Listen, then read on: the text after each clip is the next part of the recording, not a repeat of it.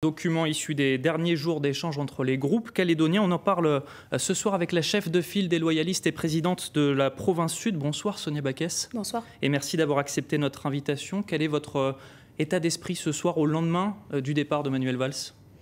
Alors c'est forcément, après 3 ans à ne s'être parlé que par médias interposés ou presque, c'est une bonne nouvelle de s'être retrouvé autour de la table. Et la méthode est bonne. On avait besoin, avant de négocier, avant de chercher un accord, de se dire des choses. On a vécu des choses très violentes, on avait besoin de se parler, de s'écouter, et je pense que c'était utile. Donc on peut considérer que c'est positif, même si on est évidemment loin à ce stade d'un accord. On ne peut pas dire que vous soyez parti du bon pied. Il y a eu ce meeting commun entre le Rassemblement et les loyalistes juste avant la visite, avec des propos crus, pour certains même railleurs vis-à-vis du ministre. Il y a ensuite eu cette altercation avec Nicolas Metzdorf et lui au Mont-d'Or. Est-ce que vous regrettez ces tensions qui ont émaillé le début de visite ? En fait, il faut bien comprendre que le ministre a remis en cause, avant d'arriver, 2 de nos fondamentaux. On en a posé 3, on en a rajouté un 4e, mais 2 de nos fondamentaux. Ces fondamentaux, c'est quoi ? C'est 1, le respect des 3 référendums. Quand il a dit la trajectoire est obligatoirement de la souveraineté partagée à la pleine souveraineté sans marche arrière possible, il remet en cause le vote majoritaire des Calédoniens. Et je veux le dire clairement devant vous, nous ne voterons aucune forme d'indépendance association, d'État associé, ni maintenant, ni programmé. Comme ça, les choses sont claires. Donc ça, c'est notre premier pilier. Et c'était important, il l'a remis en cause avec son article dans Le Monde. 2e pilier, l'égalité. On a fait un accord de Nouméa qui avait la volonté, par le rééquilibrage, de mettre une communauté, de donner plus de droits à une communauté qu'une autre, au Kanak en l'occurrence. On considère que le prochain accord doit mettre tout le monde au même niveau. Ça n'enlève rien à ce qui s'est passé dans l'histoire, à la reconnaissance de ce qui s'est passé en Nouvelle-Calédonie, mais tout le monde doit avoir les mêmes droits et les mêmes devoirs. C'est fondamental. Et le 3e des points, on y reviendra dans le futur, mais de nos piliers, c'est le renforcement des provinces, qui est fondamental pour protéger nos populations. On y reviendra effectivement. Sonia Baquès, je vous propose de parler du contenu du document présenté hier à la presse et au public. Parmi les 3 points essentiels, il y a notamment le lien avec la France et l'autodétermination. Est-ce qu'on peut le qualifier de point le plus difficile dans les négociations à venir ? Oui, très clairement. C'est le point sur lequel on est le plus loin. Les 3 référendums ont mis fin à la trajectoire vers la pleine souveraineté. Le droit à l'autodétermination n'est pas un droit de tirage permanent. C'est-à-dire, en gros, c'est pas tant qu'on n'a pas l'indépendance, on continue à pouvoir demander des référendums à répétition. C'est pas possible, sinon les Calédoniens sont dans une incertitude permanente. Et c'est d'ailleurs sur ça que joue une partie des indépendantistes en disant il faut que vous acceptiez l'indépendance, puisque sinon, c'est l'incertitude. Non.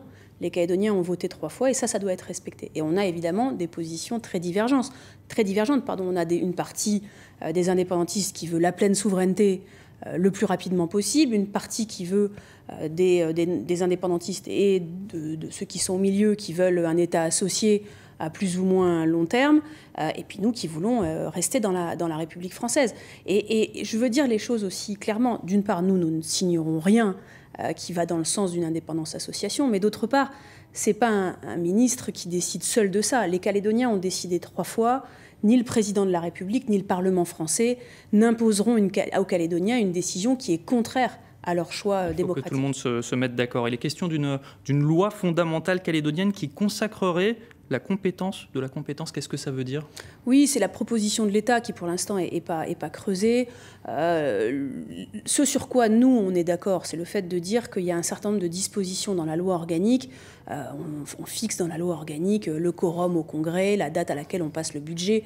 Il y a des choses qu'on peut décider nous-mêmes plutôt que de le faire voter par le Parlement français.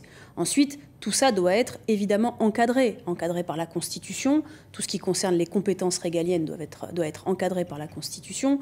Tout ce qui concerne les compétences partagées entre l'État et la Nouvelle-Calédonie, tout ce qui concerne là aussi des fondamentaux, la démocratie, le respect, la parité, le respect des femmes et des hommes, la non-différence ethnique, tout ça doit être fixé dans la Constitution. On ne doit pas pouvoir modifier ce genre de choses facilement ici en Nouvelle-Calédonie au gré des majorités. Autre sujet sensible, la citoyenneté calédonienne et le corps électoral. Le document fait état d'un premier consensus entre vous, celui de l'inscription des natifs ? Oui, alors évidemment, on n'acceptera jamais que le corps électoral ne soit ouvert qu'aux natifs. On ne peut pas imaginer un corps électoral où on ne peut pas rentrer sauf en naissant en Nouvelle-Calédonie. Mais il y avait un consensus plus large que ça avant les émeutes du 13 mai, avec un certain nombre de formations politiques. J'espère qu'on en reviendra là. Nous, notre position à la base, c'est un corps électoral glissant. C'est ce qu'on a défendu. Sur 10 ans ? Oui, sur 10 ans, bien sûr. Ensuite, il y a une recherche de consensus, et notamment avec un élément important et sur lequel on peut tomber d'accord, qui est de dire comment on fait pour, finalement, accélérer la durée, donner la citoyenneté plus rapidement aux gens qui sont impliqués en Nouvelle-Calédonie. Alors justement, il est question d'un système à points. Oui, tout à fait. En quoi ça consisterait exactement? Est-ce qu'on parle d'une sorte d'héritier des CIMM, les centres d'intérim? Oui, c'est un peu l'idée, c'est-à-dire que, sauf qu'on veut les factualiser. Il ne faut pas que ce soit une commission qui décide si oui ou non vous avez vos CIMM en Nouvelle-Calédonie. Donc on a décidé d'essayer d'être le plus concret possible. Donc il y aurait un espèce d'une citoyenneté à points où on gagnerait des points, évidemment, en fonction de la durée, de manière à ce qu'on ne puisse pas ne jamais rentrer dans la citoyenneté. Au bout d'un moment, on y rentre forcément. Mais d'autre part, quand on est impliqué parce qu'on a acheté son bien immobilier, parce on emploie des salariés en Nouvelle-Calédonie, parce qu'on est investi dans une association d'intérêt général, qui montre son engagement en Nouvelle-Calédonie.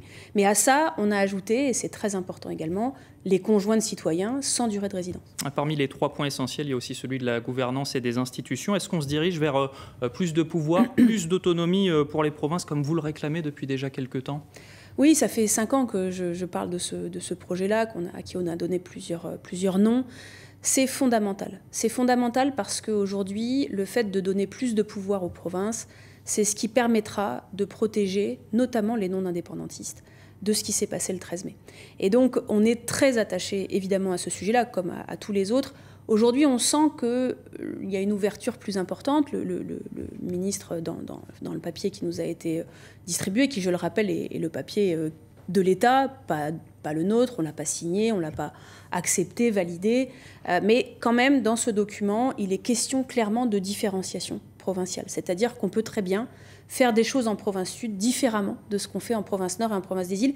Et on n'est pas tous tirés par cette volonté à tout prix d'être dans un système où toutes les provinces font exactement la même chose. On n'a pas la même façon de faire du développement économique dans la province sud que dans la province des îles. C'est une réalité. On n'a pas les mêmes besoins fiscaux en province sud qu'en province des îles. On n'a pas les mêmes besoins même en termes de droit du travail. On n'a pas la même relation au travail en province sud, en province nord et en province des îles. Tout ça, il faut simplement être pragmatique et dire qu'est-ce qu'on a fait qui ne fonctionne pas aujourd'hui, et ça vaut pour toutes les compétences.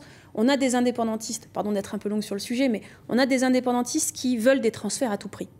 Nous, on est sur une position pragmatique. On a fait des transferts qui ne marchent pas. Il y a des compétences qu'on n'est pas capable de gérer. Essayons de ne pas faire des transferts à marche forcée pour rajouter des compétences. Donc, ça fait partie des sujets qui font débat, évidemment. Il y a des choses sur lesquelles on considère qu'il faut transférer, qu'on peut transférer, parce qu'on fait les choses mieux ici, et puis d'autres non. C'est un sujet qui a suscité beaucoup de critiques. Certains groupes vous ont accusé de vouloir mettre en place une forme de partition de la Calédonie. Que leur répondez-vous ? Oh, que c'est une polémique inutile. On est évidemment pour la Nouvelle-Calédonie une et indivisible. Je vais prendre le fédéralisme tel qu'il existe en Australie. On a des États fédérés à l'intérieur de l'Australie. C'est pas pour ça que le Queensland ou le New South Wales sont des États indépendants ou sont séparés du reste de l'Australie. Ils sont australiens, évidemment. Donc là, si on a 3 provinces qui ont des compétences différentes, qui ont une forme d'asymétrie dans l'exercice, dans leur gouvernance, c'est pas pour ça qu'on est dans une partition. C'est simplement de la polémique qui a été mise par certains de nos adversaires. On a beaucoup parlé des discussions sur l'avenir institutionnel. L'autre thème du déplacement, c'était l'économie. Est-ce que les annonces du ministre vous ont paru satisfaisantes ? Oui, sur ce sujet-là, très clairement, d'abord, il s'est impliqué. Il a permis de changer un certain nombre d'axes de Bercy avec lesquels on avait du mal à fonctionner. Ces annonces vont nous permettre, si elles sont concrétisées, évidemment de permettre aux collectivités d'aller mieux, mais on va s'occuper, et sous l'impulsion de Christopher Gigès, on met en place un guichet unique reconstruction. On travaille également sur les grands oubliés des mesures de l'État. Ces grands oubliés, c'est les patentés. Les patentés, ils ont été aidés en juillet et en août. Ceux qui n'ont pas brûlé, qui n'ont pas été pillés et qui malheureusement ont perdu 30, 40, 50% de leur chiffre d'affaires, ils sont un peu tout seuls. Et donc l'idée, c'est de travailler sur cela. Ce sont vraiment les grands oubliés, donc on va proposer des mesures très rapidement pour cela. Et les jeunes. Pourquoi les jeunes ? Parce qu'en fait, Vous l'avez dit dans votre sujet sur l'IFU tout à l'heure, 11 600 personnes qui ont perdu leur travail. Et donc tous les jeunes qui sortaient pour arriver sur le marché de l'emploi, eux, ils y ont clairement pas accès. Donc l'idée, c'est de travailler sur un système de jobs jeunes, un peu comme on a des jobs d'été, mais avec plus de durée, avec des mesures qui sont différentes, pour permettre l'accès au marché du travail aux jeunes. Sonia Baquès, je vous propose de passer aux questions des internautes, celles posées sur notre page Facebook. Première question, le nombre de représentants et d'élus va-t-il être revu à la baisse? Alors ça, c'est la question d'un internaute selon qui, je cite, des économies substantielles sont à faire à ce niveau. Ça fait partie des hypothèses. Moi, j'y suis plutôt favorable. Ce qui est important, surtout sur le nombre de sièges, c'est de respecter le poids de chaque collectivité. On ne peut pas avoir un électeur du Sud qui pèse 2 fois moins lourd qu'un électeur du Nord ou des îles. Mais c'est évidemment, ce que prévoit le document, ça porte un nom. Oui, il y a, dans les options... On parle de 35 sièges au lieu de 54. Il y a une des options où il y a 35 sièges sur 54. Honnêtement, il y a toutes les options sur la table. On a abordé ce sujet de manière très courte. On a simplement évoqué le sujet de la remise en cause de la clé de répartition du Congrès. Ce n'est pas la clé de répartition financière, mais celle du Congrès, pour éviter de se retrouver dans la situation inique où pourquoi un électeur du Nord ou des îles pèserait 2-3 fois plus lourd qu'un électeur du Sud. Deuxième question, pensez-vous qu'il soit possible d'aller vers un statut pérenne pour la Calédonie? En d'autres termes, un accord qui, cette fois-ci, ne serait pas à durée déterminée sur le papier? Oui, je le crois et je le souhaite. Je pense que les différentes échéances, 10 ans pour les accords de Matignon, 20 ans pour l'accord de Nouméa, les rédacteurs ont cru dans la construction d'un peuple calédonien en laissant ce temps-là. Je crois au contraire que le fait de fixer une échéance permanente fait que chacun part dans son couloir et qu'on ne se rejoint jamais. Et je crois profondément dans le fait que si on veut à un moment donné construire une société calédonienne, il ne faut pas ces échéances-là. Il faut arrêter avec ces échéances-là. Il faut un statut définitif, encore une fois avec un regard pragmatique sur les besoins des populations. Troisième et dernière question, où en est-on dans le dossier de reprise de l'usine du Sud ? Les choses avancent bien. On a 2 repreneurs potentiels, l'un étant plus avancé que l'autre, le groupe sud-africain. On a un autre groupe avec des Émiratis et des Qataris. Les 2 sont intéressés, assez avancés dans le processus. Maintenant, c'est une négociation qui commence entre l'entreprise, l'État et les repreneurs, puisque évidemment les repreneurs demandent une enveloppe à l'État pour accompagner la reprise. Donc évidemment, les enveloppes ne sont pas des petites sommes, vous imaginez. J'imagine aussi qu'il y a eu des discussions avec Manuel Valls au sujet de ces enveloppes. Il y a eu évidemment des discussions avec Manuel Valls sur le sujet. C'est surtout Bercy qui s'occupe de ça. Mais il y a une vraie volonté de la part de l'État de ne pas voir cette usine fermée. Elle est partagée évidemment par la province Sud. Donc tout le monde fait le nécessaire.